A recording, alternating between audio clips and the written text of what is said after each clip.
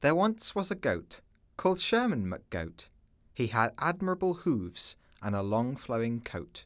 His horns were quite swirly, they stood proud and tall.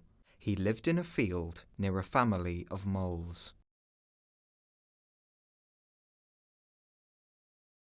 But there was something missing from Sherman's goat life. Was it painting? Or skiing? Or a vivacious goat wife? Who was to know? It just did not feel right. He pondered this thought, that he pondered all night. He had a few hobbies and things he pursued, collecting twigs, leaves and berries, and eating all food. He tried many tastes and things with strong pongs, but nothing could satisfy his curious tongue.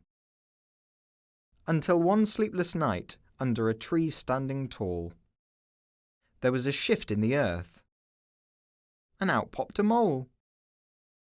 His beard was majestic, he looked old and wise, squinting through jam jars, framing his eyes. "Evening, young Sherman. You're in quite a pickle. I know what you need, I'd bet you a nickel. Though you cannot acquire it by moping around, this is something I know that has to be found. Trust in your instincts and follow your heart. With these words of wisdom, now go make a start." With a twitch of his nose and a scratch of his head, he disappeared back to his little mole bed. Utterly bewildered by old Mole's wise words, Sherman sat there and thought how absurd. But then something hit him rather quite suddenly. What could it be? Possibly an acorn that fell from the tree. It was a smell that hit his little goat nose. It filled up his nostrils and spread out to his toes. It was the most wonderful smell, so fresh in the air. He kicked up his hooves and tousled his hair. Sherman began to follow the harmonious sniff, determined to find the source of this great whiff.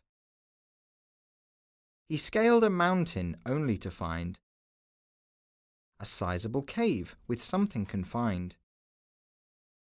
Tracking the scent into the heart of the cave, consumed by the darkness, Sherman wasn't so brave. A flurry of bats flew right past his face, and a strong, haunting wind howled through the place.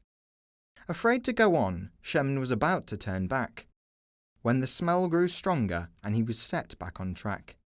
A warm light shone at the end of the cave, and there sat a dragon, giving a wave. The dragon looked fierce, with razor-sharp claws, yet her features were softened by fancy silk bows. There at her feet stood a bubbling hot pot, the source of the smell. It was steaming and hot. The dragon scooped up some brew with attention and care, and beckoned Sherman towards a table and chairs. She gave it to Sherman and told him to drink.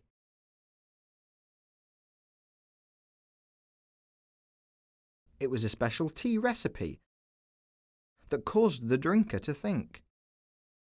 It took on the form of their most fulfilling taste, their favourite colour and memory embraced.